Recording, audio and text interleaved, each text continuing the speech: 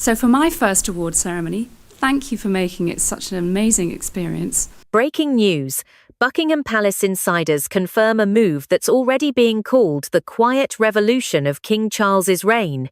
In a decision that stunned even senior courtiers, the Duchess of Edinburgh, Sophie, has reportedly accepted a confidential proposal from the king himself, a proposal that effectively places her in the public role once held by Meghan Markle.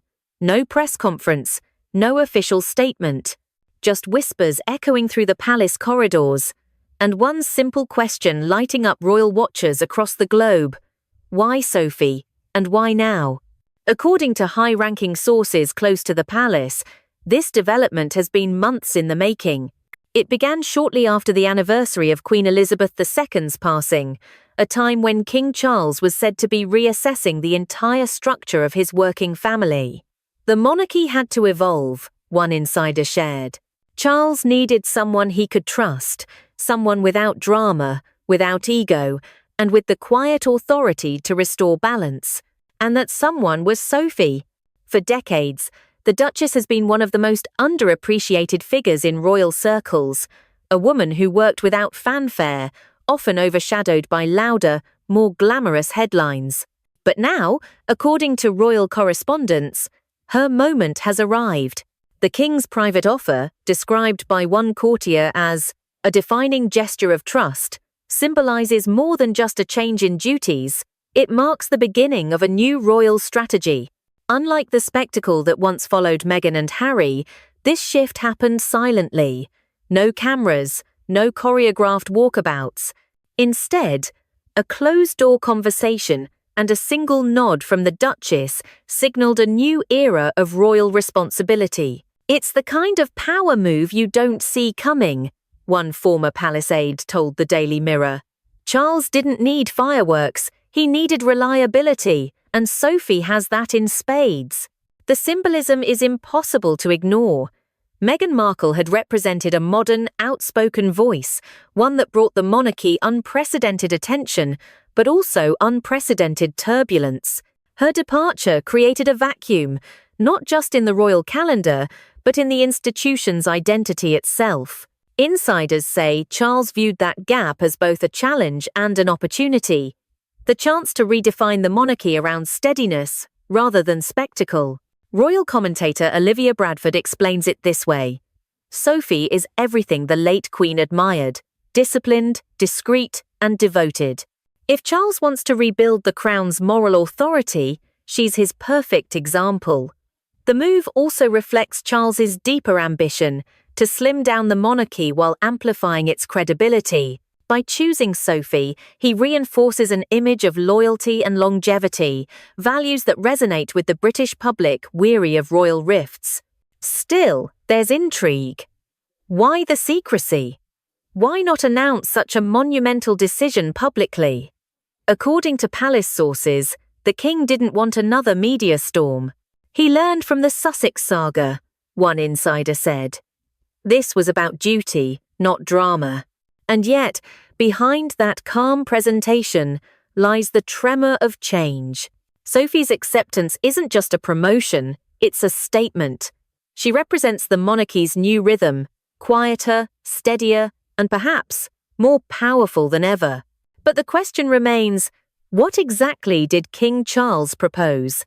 And how did Sophie become the one person he trusted to carry the legacy forward when others had turned away? The answers, as it turns out, began the moment everyone else stopped watching. It didn't begin with a grand announcement or the flash of photographers. It began with a conversation, quiet, deliberate, and deeply symbolic. According to palace aides, King Charles's private proposal to Sophie was made during an informal lunch at Windsor earlier this year. No staff briefings, no press notes, just two senior royals seated across a polished oak table, discussing the future of the crown. Those present say the king spoke with striking candor. After years of turbulence following Megxit, he admitted the monarchy had lost not just two working royals, but part of its rhythm. The public engagements had slowed. The sense of unity had fractured. Charles wanted to rebuild a team that reflected the steadiness of his mother's era, said one insider. He didn't want another headline royal. He wanted someone whose actions spoke louder than words. That was Sophie's reputation long before her new title. Her work rarely made the front pages, but within palace walls, it carried immense weight. She'd become known as the fixer, the royal sent when others couldn't go. Hospital visits, overseas humanitarian trips, charity galas, Sophie did them all, often without a camera in sight. And according to a senior courtier, that's exactly what caught Charles's attention. When everyone was chasing headlines, the source explained, Sophie was building credibility. She didn't need to prove she belonged, she simply showed up. This quiet persistence drew sharp contrast to the turbulence surrounding the Sussexes. When Harry and Meghan stepped down, their absence wasn't merely logistical, it was emotional. The monarchy's younger generation was supposed to represent renewal, but instead, it had fractured into factions. For Charles, that left a vacuum not easily filled by popularity or charisma. It needed stability. Enter the Duchess of Edinburgh. Sophie's background, as both an outsider and a long-serving royal, gave her rare perspective. She wasn't born into privilege, she earned her place through resilience and grace. Royal biographer Duncan Larcombe once called her the working woman's duchess, noting how her time in public relations taught her diplomacy, discretion, and survival in a cutthroat world. Those traits would prove essential in navigating an institution where every misstep can become a headline. But it wasn't always smooth sailing. 20 years ago, Sophie endured one of the monarchy's most humiliating tabloid stings, caught by an undercover reporter posing as a foreign businessman. Her words, taken out of context, splashed across the front pages, prompting outrage and speculation that her royal career was over. Yet, instead of retreating, she recalibrated. She left her PR firm, stepped fully into royal duty, and worked her way back, quietly, deliberately. That's what Charles respected most, says royal correspondent Emily Andrews. She faced the fire and came out forged, not burned. That's the kind of resilience you can build a monarchy on. Sources close to the king describe his decision to entrust Sophie with Meghan's former sphere as deeply personal. It wasn't about rivalry, it was about restoration. He saw in her the steadiness his reign demanded, modern enough to engage the public, but traditional enough to uphold the monarchy's core values. Her new responsibilities reportedly include expanded international representation, attending global summits, championing humanitarian causes, and serving as a public face of the Crown's charitable outreach. Essentially, Sophie becomes the monarchy's anchor in the storm. And that, say insiders, is no coincidence. The king doesn't want to repeat the mistakes of the past, a senior palace aide explained. Where others sought independence, he's rewarding commitment. Sophie has given her life to service, and now she's being recognized for it. The public response has been strikingly positive. In the weeks since reports of her new role surfaced, social media sentiment toward the Duchess has soared. Fans praise her humility, journalists highlight her consistency, and even critics acknowledge her authenticity. She's the royal people didn't realize they needed, said one commentator on Good Morning Britain. But behind the admiration lies a subtle shift in royal power dynamics. Sophie's elevation places her at the heart of King Charles's inner circle, an elite group that includes Queen Camilla, Princess Anne, and the Prince and Princess of Wales. Her influence, while understated, is growing rapidly. Courtiers now describe her as the King's quiet counsel, the one he trusts when public tempests rage. Still, not everyone inside the palace views the development with unqualified enthusiasm. Some aides reportedly fear that Sophie's prominence could unsettle existing hierarchies, especially among more senior members who view her as too modern, too informal. But others argue that's precisely what makes her invaluable. She's relatable, one staffer said. She connects with people in ways few royals can anymore, and perhaps that's the point. In an age when monarchy competes with media personalities and global influencers, Sophie's brand of authenticity might be the crown's best defense. She's not glamorous like Meghan, nor commanding like Catherine, but she's real. And that quiet realness is increasingly rare in a world that craves noise. Yet beneath the calm exterior, one question lingers: how much of this was truly Sophie's choice? Did she accept the king's offer out of duty, or was this a royal necessity disguised as opportunity? Insiders remain divided. What's certain, however, is that this moment marks a turning point. As one palace observer put it bluntly, with Sophie stepping forward, the monarchy isn't chasing the future, it's reclaiming its footing. And that makes this more than just a reshuffle. It's a statement. A new kind of power is rising within Buckingham Palace, one that speaks softly but changes everything. But the story doesn't end here. Before Sophie became the king's quiet weapon, she had to rebuild herself from the ruins of scandal. And that's where her transformation truly began.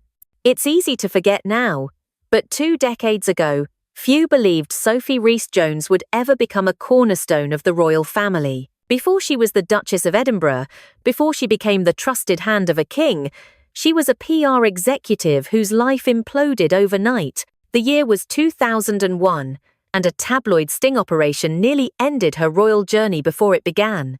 An undercover reporter posing as a wealthy Arab sheikh lured Sophie into a lunch meeting, secretly recording her candid remarks about politics, celebrities, and even royal figures.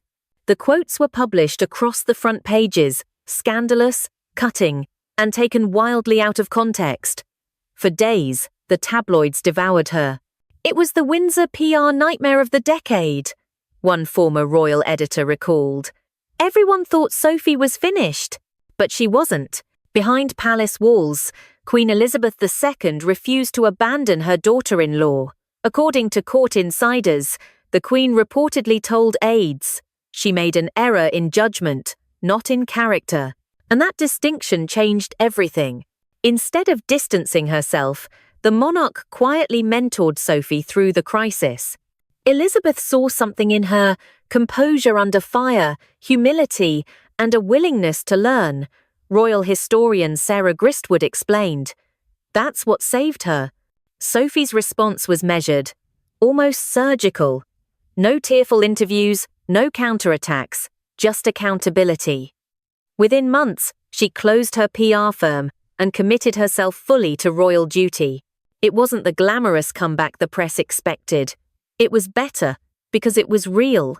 She didn't rebuild her reputation through spin, said royal correspondent Richard Kay. She rebuilt it through service. In the years that followed, Sophie became one of the most hard-working, yet least publicized royals.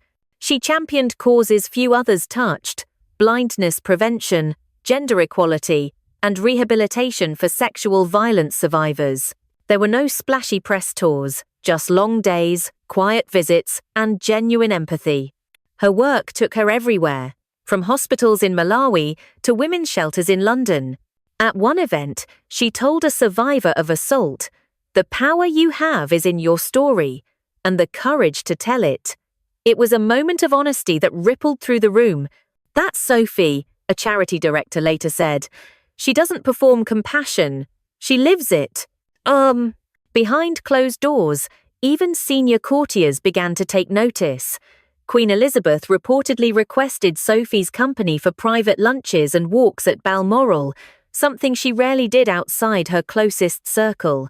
According to a former lady-in-waiting, Her Majesty saw in Sophie what she saw in herself: steadiness, restraint, and an unshakable sense of duty.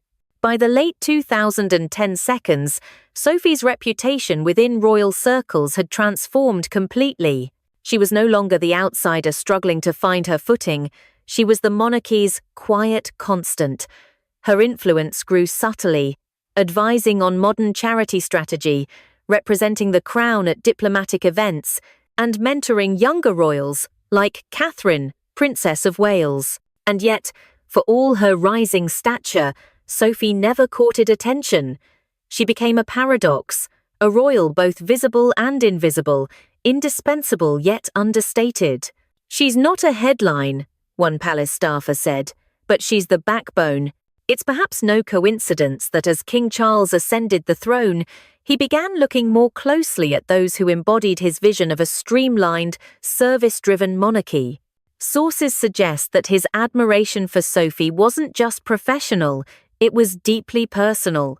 He watched her survive something he understood well, one insider noted, alluding to Charles's own decades of media scrutiny. He respects people who endure quietly. That respect evolved into trust. When Charles began reshaping his core team after the Queen's death, Sophie was among the first he consulted. He wanted her insight, the source added, not just because she's capable, but because she's real. He can speak candidly with her, and that's rare in royal life. And this trust became the foundation for the King's private proposal earlier this year, the offer that now positions Sophie as one of the monarchy's most influential figures. It wasn't just about filling Meghan's vacant role, it was about rewarding years of resilience and loyalty. Royal commentator Camilla Tominey summed it up. Sophie is proof that redemption in the royal family isn't given, it's earned. Her story resonates beyond palace walls. In a time when public figures are often defined by scandal and spectacle, Sophie represents something radically different. Consistency. No rebranding, no reinvention. Just endurance. "She never demanded the spotlight," said a former aide. "And that's exactly why she deserves it." For the king, that quality is gold. In a monarchy battered by headlines and divided loyalties, Sophie's steadiness is both symbol and solution. She reminds the public of the quiet virtues that once defined royal service: grace, patience, and discipline. But make no mistake, her influence isn't passive. Sources confirm that she's already advising on key modernization initiatives within the palace, helping balance transparency with tradition. "She's not just playing her part," said a senior royal source. "She's shaping what that part means." And it's a remarkable turnaround, from scandal to symbol, from PR executive to the crown's moral compass. And yet, as her star rises again, one question shadows every headline. Did Queen Elizabeth foresee this all along? Because before King Charles ever offered Sophie her defining role, there was one woman who had already placed her trust and her legacy in the Duchess's hands. It was never part of any official plan, yet somehow, everyone close to the late Queen knew it. Sophie was her quiet confidant. While the world's attention was fixed on louder royals, the bond between Queen Elizabeth II and the Countess of Wessex, as Sophie was then known, deepened quietly over the years. They were often seen side by side at Sunday church services in Windsor, their matching hats and gentle smiles disguising the fact that they shared something far deeper than public duty: genuine affection and mutual trust. Sources close to the royal household recall that during her final years, the Queen often sought Sophie's company more than anyone else's. "They spoke the same language," one longtime aide explained. "No fuss, no theatre, just work, reflection, and a certain shared resilience." It's said that the Queen admired Sophie's steadiness during crisis. Where others reacted to pressure with defensiveness or withdrawal, Sophie adapted, quietly learning the rhythms of royal life. She listened more than she spoke, acted more than she promised. Her Majesty appreciated that, noted a former private secretary. In Sophie, she saw the kind of loyalty that doesn't waver when the cameras turn away. During the Queen's later years at Balmoral, Sophie became a fixture, accompanying her on long countryside drives, helping with correspondence, and joining her for private afternoon teas. These were moments off the royal calendar, unseen by the public but remembered by those present. One household source described the scene vividly. They'd sit by the window overlooking the hills. The Queen would talk about horses or family matters, and Sophie would simply listen. It wasn't about titles, it was about companionship. That connection deepened after the death of Prince Philip. In the months of mourning that followed, Sophie was reportedly one of the few allowed into the Queen's inner sanctuary at Windsor. She was like a daughter to her, one insider revealed. If there was ever someone the Queen trusted completely, it was Sophie. When the nation said its final farewell to Elizabeth II, many remember the images from that solemn day. Sophie walking behind the coffin, her face pale but composed, eyes filled with restrained grief. There was no grand gesture, no theatrical sorrow, only authenticity. You could see it in her expression, royal photographer Arthur Edwards remarked. That wasn't protocol, that was love. Behind the scenes, her role during that period was pivotal. Palace aides later confirmed that Sophie quietly coordinated many of the late Queen's memorial engagements, ensuring that every tribute reflected dignity and restraint, just as Her Majesty would have wanted. She became the family's emotional anchor, said a senior courtier. Everyone leaned on her, even Charles. And that's where the transition began. When the Queen passed, the monarchy faced not only a constitutional shift, but a spiritual void. Charles inherited the crown, but Sophie inherited something less tangible, the Queen's example, her tone, her steadiness. Insiders now believe it was this very legacy that shaped the King's decision months later to offer Sophie a more central role. Royal historian Ingrid Seward explained it bluntly. Charles saw that Sophie had quietly absorbed his mother's ethos. He didn't need to look far for continuity. It was sitting right in front of him. This continuity matters. In a royal family frequently accused of disconnection and detachment, Sophie's empathy offers something rare, human warmth without self-promotion. While younger royals often balance duty with brand building, Sophie's approach has remained consistent. Service without spotlight. She doesn't dominate conversations, she grounds them. Even within palace hierarchy, this authenticity commands respect. Senior aides reportedly consult Sophie on sensitive public engagements, particularly those involving grief, trauma, or remembrance, because she brings a human understanding that others sometimes lack. She's the royal you'd actually want to talk to, one former communications director admitted. That's her gift, and the King knows it. As his reign unfolds amid growing scrutiny, Charles increasingly turns to Sophie not only as a working royal, but as a stabilizing presence, the kind his late mother once was for him. It's not just trust, a senior source said. It's reliance. He relies on her calm. Still, that closeness has not gone unnoticed. Some royal watchers speculate that Queen Camilla, though outwardly cordial, may view Sophie's influence with quiet caution. Every court has its balance of power, notes royal commentator Victoria Arbiter. And when one figure becomes indispensable, others take note. Yet, for all the whispers, Sophie remains characteristically silent. No rebuttals, no rumours, just quiet work. She has never positioned herself as a rival or a reformer. She is simply there, doing the job, day after day. When asked recently how she manages to maintain composure amid the chaos of royal life, Sophie smiled gently and said, "You learn that sometimes the best way to be heard is not to shout." It was a line that resonated deeply with royal observers, a sentiment that could have come straight from Queen Elizabeth herself. And perhaps that's why, in the months after the Queen's passing, King Charles made his most symbolic move yet, resurrecting one of the monarchy's most historic titles and bestowing it upon the woman who best embodied his mother's enduring grace. Because while crowns may glitter and titles may shift, the real inheritance of Queen Elizabeth's reign, restraint, service, and quiet strength now lives on in Sophie, Duchess of Edinburgh. But that coronation of trust carried another meaning, one that went far beyond sentiment. When Charles gave Sophie the title once held by his father, he wasn't just honouring the past, he was rewriting the future of the monarchy itself. It happened quietly, almost without fanfare, yet within the walls of Buckingham Palace, it was recognised as one of the most symbolic gestures of King Charles's reign. On a crisp March morning, the official announcement arrived. Sophie, Countess of Wessex, was now the Duchess of Edinburgh, inheriting a title once held by the late Prince Philip. To the public, it appeared as a dignified family gesture, another step in the slow evolution of the Windsor line. But behind the polished statement, insiders knew this was something far more calculated, a defining statement of intent from a monarch determined to reshape the crown for the modern age. The king didn't just give Sophie a title, one royal insider revealed.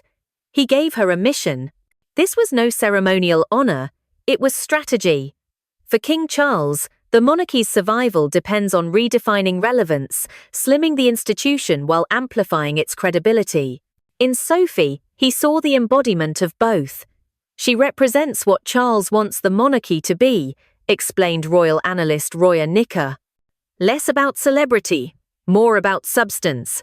Less noise, more duty.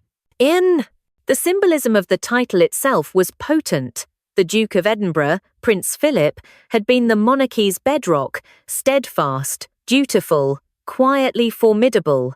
To entrust that legacy to Sophie was not just flattery, it was continuity. She would now carry the mantle of loyalty and service that once defined the royal family's golden age.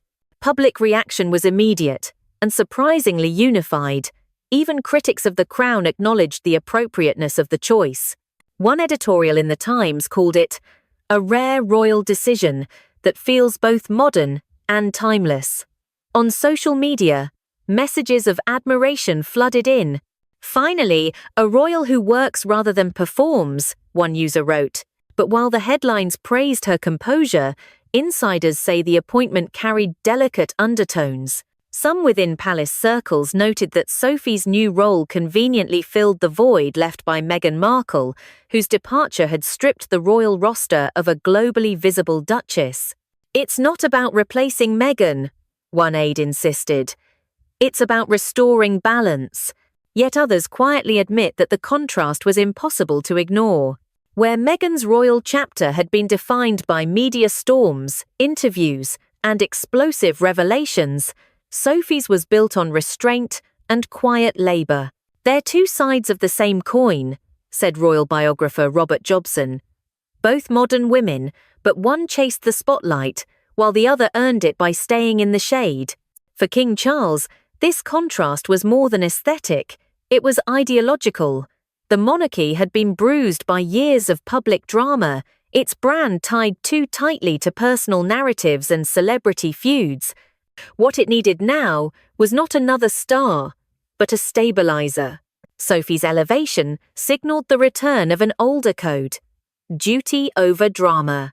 According to senior courtiers, Sophie has already taken on new assignments since the announcement: international visits, foreign diplomacy, and coordination of the Crown's charitable efforts. She's been quietly positioned as the monarchy's frontline diplomat, a bridge between royal tradition and global outreach. She's the person you send when you need compassion to lead, one insider noted. Those who've worked alongside her describe an approach that's deeply methodical. She studies every brief, memorizes every name, and always finds time for genuine conversation. She doesn't treat engagements like performance, said a charity executive who met her in Nairobi earlier this year. When Sophie asks a question, she's really listening. And that, experts say, is precisely what makes her so crucial to Charles's modern vision. Authenticity is the new currency, explained PR strategist Patrick Jeffson, once Princess Diana's private secretary. The king knows that people can sense sincerity, and Sophie radiates it. She's not trying to sell the monarchy, she's living it. Even within the family, her new title has shifted dynamics. Sophie and Prince Edward, once regarded as the quiet pair, have become central to the king's inner circle. Their steadiness stands in deliberate contrast to the turmoil surrounding other branches of the family. Charles trusts the Edinburghs, one palace aide said bluntly. They don't leak, they don't grandstand, they just deliver. Still, the move has its detractors. Some observers argue that relying too heavily on safe choices risks alienating younger generations who crave modern energy and emotional transparency. But others insist that, after years of upheaval, the monarchy's most radical act might simply be calmness. As royal commentator Omid Scobie noted in a recent panel discussion, Charles doesn't need another Meghan or Diana. He needs a bridge, someone who links the old world with the new without tearing either apart. Sophie fits that brief perfectly. Indeed, the Duchess's rise symbolizes a recalibration of royal power away from glamour and toward grounded grace. Every public appearance now seems deliberate.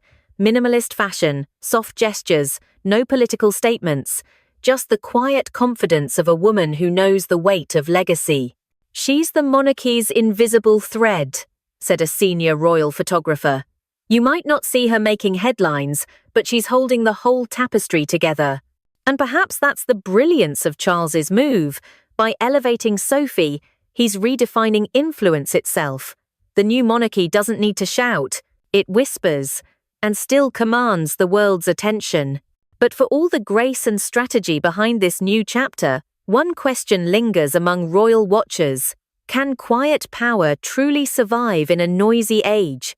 Because even as Sophie becomes the embodiment of modern royal steadiness, the crown she carries is heavier than ever, and the storm of public scrutiny has only just begun.